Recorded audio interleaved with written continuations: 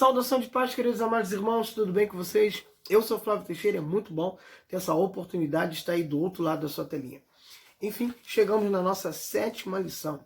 Lição essa que vai cair no dia 17 do mês 11 de 2019. Lembrando que estamos no 4º trimestre da revista de jovens. Isso, esta revista aqui. E informando aqui os irmãos que, como eu estou sem o editor de vídeo, certamente o áudio talvez não esteja muito bom, a qualidade do vídeo talvez também não esteja muito boa para você, pois eu estou gravando com o celular, e também esse vídeo não terá corte, eu estarei lendo literalmente aqui o que eu pesquisei e achei como importante para essa lição. Logo, eu não estarei comentando todos os 3 tópicos e os seus subtópicos, estarei comentando aqui rapidinho o que eu achei de mais relevante, que é o primeiro tópico e os seus subtópicos, e aí você já entende toda a lição, tá bom? Com certeza vai te ajudar bastante essa pesquisa aqui que eu fiz. O título da lição é A Conversão de Saulo. O texto do dia está em Atos capítulo 9, versículo de número 4. E caindo em terra, ouviu uma voz que lhe dizia: Saulo, Saulo, por que me persegues? A síntese da revista: a conversão de Saulo foi um dos acontecimentos mais importantes da história do cristianismo, pois ele foi o vaso escolhido para levar o evangelho aos gentios. Lembrando que em Atos capítulo de número 10, vamos ver o apóstolo Pedro levando a palavra do evangelho, para a casa de Cornélio, que eram gentios.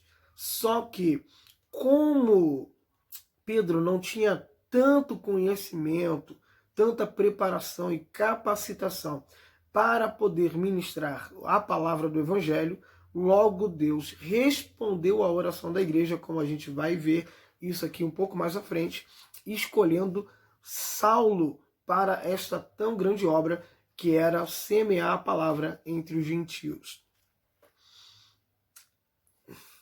O objetivo da lição são 3. Explicar como se deu o encontro inesperado de Saulo com Jesus, analisar a importância de Ananias no episódio da conversão de Saulo, conscientizar de que é Deus quem muda nossos planos e que devemos buscar a sua vontade. A leitura bíblica em classe, que você fará juntamente com seus alunos, está em Atos capítulo de número 9, versículos de número 1 até o versículo de número 18. Não deixe de fazer essa leitura com a sua classe, tá bom? A introdução eu escrevi aqui. Como aprendemos na lição passada, antes do diácono Estevão contemplar a glória do Senhor e se tornar o primeiro mártir da igreja, vemos que suas vestes foram lançadas aos pés de um jovem chamado Saulo, como está em Atos capítulo 7, versículo 57 e versículo 58, que não participou diretamente do apedrejamento da morte de Estevão, porém participou na votação juntamente com o Sinédrio para que se tivesse autoridade não somente para prender, como também para matar os cristãos, não importando aonde eles estivessem. E antes de a gente prosseguir aqui, eu gostaria de indicar para vocês, principalmente aí você professor, e você aluno também que está aí gostando da escola dominical, e não falta uma aula, 2 livros para você. São do mesmo autor e da mesma editora, da CPAD, do pastor Ciro Sanches de Borges, que é esse aqui, o Evangelho que Paulo jamais pregaria. Muito bom. E este aqui também, que é não é tão novo, né, mas foi lançado esse ano. Do mesmo autor, pastor Ciro Sanches de Borges, Procura-se pregadores como Paulo. Muito bom, gente. Vai te ajudar na sua pesquisa, na sua preparação pessoal de aula, para aí as próximas lições que vão vir, pois vão falar muito de Paulo e de como Deus usou esse vaso para levar o evangelho aos gentios. Lembrando, você que já é inscrito do canal e está acompanhando, deixa seu like aí, por favor, já curte aí. Você que está acompanhando pela primeira vez, se inscreva no canal, logo após, toca no sininho para você receber as novas notificações. Toda semana nós temos aí essa pré-aula da revista da Escola Dominical, tanto de jovem como de adulto. Infelizmente, como eu fiquei sem editor e fiquei muito desesperado, a gente deu uma atrasadinha. E lembrando também, para quem não soube aí ou não me acompanha nas redes sociais, foi a semana do aniversário da minha filha Axia. Então a gente ficou com aquele envolvimento com a família aí, preocupado com a festinha da minha filha. Então peço perdão aos irmãos, tá bom? Mas estamos aí firme e forte, nem que seja para gravar com o celular e gravar e postar sem edição. Primeiro tópico, um encontro inesperado no caminho. Primeiro subtópico, um Saulo ameaçador. Saulo aparece pela primeira vez na narrativa quando Estevão foi apedrejado. Capítulo 7, versículo 58 de Atos. Nasceu em Tarso e recebeu instruções do rabino, mais respeitado entre os judeus, chamado Gamaliel, como vemos em Atos capítulo 22, versículos número 3, e Filipenses capítulo 3, versículo 4 a 14. Como podemos ler em Atos capítulo 26, versículo de número 10 e 11, Paulo participava de uma forma indireta na perseguição, prisão e morte de alguns cristãos. No plural, pois, pela narrativa histórica de Atos capítulo 22, versículo 4 e Atos capítulo 26, versículo 10, houve outros mártires semelhantes, como o de Estevão, outras mortes de cristãos que certamente Paulo ou participou indiretamente ou diretamente. E vamos prosseguindo.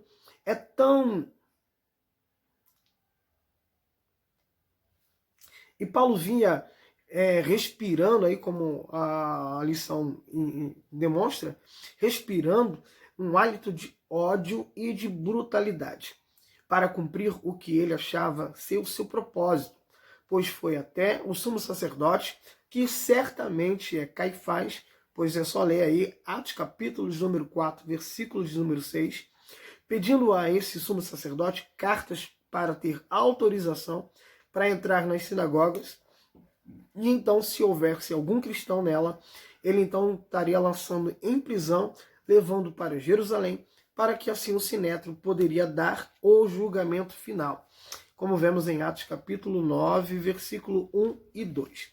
Segundo subtópico, perseguindo Jesus. No caminho de Damasco, e aqui o professor você pode informar os seus alunos, que Damasco é localizada na província romana da Síria. Era a cidade importante mais próxima da Palestina. Sua distância até Jerusalém era de 240 quilômetros, uma viagem que duraria de 4 a 6 dias. O versículo B, o caminho, O texto diz que Paulo estava perseguindo os cristãos, aqueles que não eram chamados de cristão, mas eram chamados da seita do O Caminho. Nome do cristianismo antes de ser chamado cristãos ou cristianismo, que ocorre várias vezes em outras passagens. E se você já quiser, anota aí, Atos capítulo 16, versículo 17, Atos capítulo 18, versículo 25 e 26, Atos capítulo 19, versículo 9 e 23, Atos capítulo de número 20, versículo 4, Atos capítulo de número 24, versículo 14 e 22, e segunda carta de Pedro, no capítulo 2, versículo de número 2. Como nós podemos observar, os cristãos, antes de serem chamados cristãos, eles eram chamados daqueles que frequentavam o caminho. Isso pelo fato do Cristo ter se declarado o caminho, lá em João capítulo 14, versículo de número 6. Texto esse muito conhecido por nós. A lição continua então, e o texto vai dizer que ele cai, que uma luz aparece em pleno dia. Que horário foi esse que aconteceu? A Bíblia vai nos informar que horário que ocorreu esse resplendor da glória do Senhor, que fez com que Paulo ou Saulo caísse. Sim, é só a gente ler lá no capítulo 26, versículo de número 13 de Atos. Ler também Atos capítulo 22, versículo 6 e primeira carta aos Coríntios, capítulo 15, versículo de número 8, onde vamos perceber que o texto nos informa que esse resplendor e essa voz que falou com Saulo foi aproximadamente por volta do meio-dia.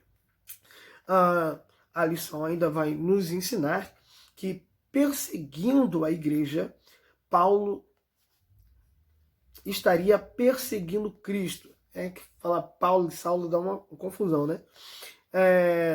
Pois quando se persegue a igreja, logo está se perseguindo a Cristo, pois a igreja é o corpo de Cristo, ao qual ele é o cabeça, como vemos em 1 Coríntios capítulo 12, versículo 27, Efésios capítulo 1, versículo 22 e 23.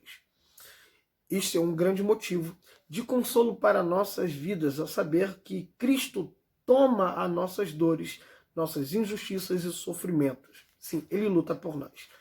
Uma pequena observação. Aqui no segundo tópico, nesse segundo tópico, o comentarista da revista, ele diz que o nome de Saulo foi mudado para Paulo. Aqui é um grande erro. Erro por quê? Dizer que o nome Saulo foi transformado em Paulo é um erro, pois entendemos que Deus nunca mudou o nome dele de Paulo, de Saulo para Paulo, como aconteceu com Abraão, né? Quando lá a gente vamos ver que Deus muda o nome de Abrão para Abraão, de Sarai para Sara, de Jacó para Israel, mas isto não acontece aqui na chamada de Saulo. Por que não? O que vai acontecer é mudança de região. Quando Lucas escreve dizendo que ele se chama Saulo, logo ele está falando, você pode ver que toda a narrativa bíblica vai estar no contexto os judeus, porque o nome Saulo vem do hebraico Saul. E já quando ele começa a ministrar para os gentios, Lucas já não escreve mais o nome Saulo, e então ele vai chamá-lo de Paulo, porque ele está em outra região, ele não está mais entre os hebreus, ele está ministrando entre os gentios, logo mudou-se a região. Ele vai para a Europa, vai para a Ásia, vai para a Grécia, e aí logo no meio dos gregos o nome latino, Paulo. Seria a mesma coisa se ele fosse pregar, né, nos Estados Unidos, ele se chamaria Paul, e aqui no Brasil, claro, Paulo. É só a gente ver em Atos capítulo de número 13, versículo de número 9, que Lucas traz essa informação, que o nome de Saulo nunca foi mudado. Vamos ler o texto? O texto diz, todavia, Saulo, também chamado Paulo. Ou seja, não houve uma mudança de nome. O que houve é uma mudança de região, de localização. Terceiro subtópico, mudança de plano. Como percebemos, Saulo tinha um plano traçado e carta do sumo sacerdote Caifás, cujo objetivo era chegar na cidade e encontrar alguns cristãos e levá-los presos a Jerusalém, para serem levados ao sinédrio e assim serem julgados. E no caminho para a cidade de Damasco, foi contemplado por uma forte luz e caiu ao chão. Uma observação, o versículo de número 4 do capítulo 9 não afirma, como muitos pregadores dizem, que Deus o derrubou Saulo do cavalo. Não, isso não existe porque o texto nem revela que há cavalo. O que o texto está informando é que ele caiu, se prostrou em atitude de reverência e adoração, pois ele reconheceu que através daquela voz, como aparece em muitos outros textos, como vemos lá em Mateus capítulo número 4, uma voz surgiu do céu falando, este é meu filho amado, e muitas outras passagens, se entende que é uma deidade falando ao homem. Logo, ele entendendo isto, aprendendo que quando se ouve uma voz do céu, e você percebe que os companheiros que estavam com ele também ouviram a voz, só não entenderam o que ela dizia, mas eles ouviram a voz, logo eles também estão em reverência. Ele tem uma atitude de reverência e de temor. Ele não caiu no espírito, ele não caiu para trás, muito para frente. Ele cai em atitude de reverência a Deus. Interessante que o texto também vai revelar que quando Cristo chama Saulo, ele vai chamar por 2 vezes, Saulo, Saulo. Lembra quando Deus chamou a Samuel no templo? Samuel, Samuel. A gente precisa entender que nome na Bíblia revelam circunstâncias. Sim, nome na Bíblia revelam circunstâncias. Não é à toa por a ênfase do nome. Porque o nome Saulo significa aquele que foi muito desejado, ou aquele que foi pedido com insistência, ou aquele que foi clamado em oração. Logo, quando Deus diz Saulo, Saulo, Deus está dizendo: você é a resposta da oração da minha igreja que ora incessantemente. Você é a resposta desejada pela minha igreja. Deus está falando com Saulo e dizendo: você é a resposta. Por mais que Ananias, como vamos perceber no segundo tópico, a visita de Ananias, que é uma forma derivada do grego, uma forma derivada do nome hebraico Hanania, que significa o Senhor é misericordioso, ou aquele que demonstra graça. Esse homem piedoso estava certamente orando a Deus, pedindo socorro a Deus, pois ele sabia que Saulo estava vindo para prender e matar os cristãos judeus. Tanto que quando Cristo o diz para ele ir à rua direita, na casa de um homem chamado Lucas, que lá ele encontraria um homem com uma posição em forma de oração e de joelho. Então ele diz: mas eu não vou porque eu conheço a fama desse homem. Só que Saulo é a resposta da oração da igreja. A igreja estava orando, orando, orando, e Deus atendeu para que o evangelho continuasse crescendo, crescendo. E aí é interessante que o nome Ananias, que significa, repito, o Senhor é misericordioso, logo nós vemos que a misericórdia de Deus ao chamar Saulo para a santa vocação ministerial, Deus está dando uma oportunidade, demonstrando que, de fato, este Saulo não é merecedor, pois ele é perseguidor, ele prende, mata, e Deus está olhando para Saulo e dizendo: vou te usar para demonstrar a tantos quantos que ninguém merece ser salvo, pois a salvação é pela graça. Então ele usa Ananias, que é aquele que demonstra graça, ou seja, ele leva Ananias até Saulo e diz: você não merece, mas eu estou aqui para demonstrar que a graça do Senhor te basta. Gente, esse é o ponto importante dessa lição, tá bom? Continue fazendo o seu planejamento de aula para esse vídeo não ficar muito grande, a gente vai parar por aqui. Então continue aí o seu planejamento de aula, tenho certeza que somente até aqui vai te ajudar de uma maneira poderosa aí para a sua preparação de aula. Que Deus em Cristo ilumine a sua mente, te dê sabedoria e que a sua aula seja prazerosa, proveitosa, edificante, consoladora e que Deus te use para falar também para os seus alunos, lembrando que ninguém merece esse chamado e que Cristo, quando decide escolher, independente do nosso estado, Ele nos escolhe, Ele nos usa, pois o seu sangue nos purifica de todo pecado. E a nossa vida certamente servirá como testemunho para outros de que para Deus nada é impossível.